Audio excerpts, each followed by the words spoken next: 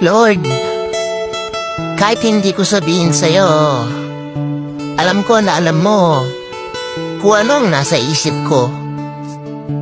At alam mo kung ano ang tunay na nararamdaman ko sa mga oras na to.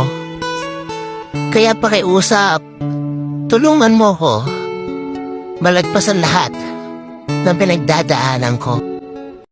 May naninira sa'yo? Tahasan? May mga nababalitaan ka? Sige, for once, bibigyan kita ng pang-3 beses. Sige, ipagtanggol mo yung sarili mo. Pero, pagkatapos nun, hayaan mo na. Huwag mo nang ubusin ang iyong enerhiya. Hayaan mo sila. Sa paninira nila po pwede kang masira sa iba. Sa ibang tao na mababaw ang pagkakilala sa'yo. Sa ibang tao na hindi totoo ang pakikisama at pagmamahal sa'yo. Sa ibang tao na matutuwa pa nga, hindi ka ipagtatanggol sa mga nininira sa'yo. Ipagkakasiya pa nga ang paninirang ginagawa sa'yo.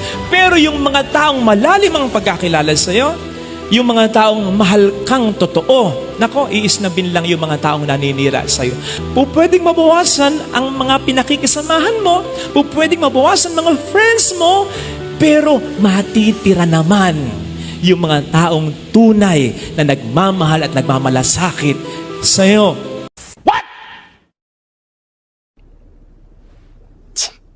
Huwag mong bilangin yung mga pagkakataong nadapa ka.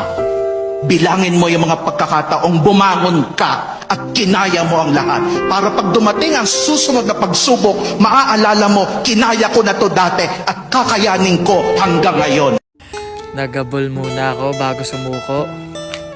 Naging tanga muna ako bago matuto. Nagbulag-bulagan muna ako bago ko makita yung halaga ko. At nagkamali muna ako bago ko naitama yung mga mali ko. Naging marupok muna ako hanggang sa matauhan ako. At syempre, minahal ko muna siya ng sobra bago ko matutunang mahalin yung sarili ko.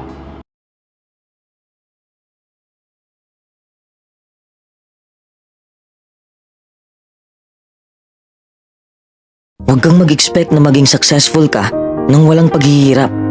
Remember this, true success comes from endurance and perseverance.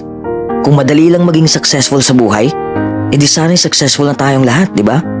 Huwag mong iasa sa swerte ang buhay mo. Invent opportunity and embrace your failures. Maraming taong hihila sa'yo pababa, pero huwag kang magpapahila sa kanila. Huwag kang makinig sa mga taong toxic. Oo, mapapagod ka sa iyong paglalakbay. Dadaanan mo ang mahihirap na sitwasyon. Darating ka sa punto na mawawalan ka na ng ganang gawin ang passion mo at mabibigo ka. Ang punto ko lang, the next time you fail at something, congratulate yourself. It is an achievement. You're one step closer to actual success.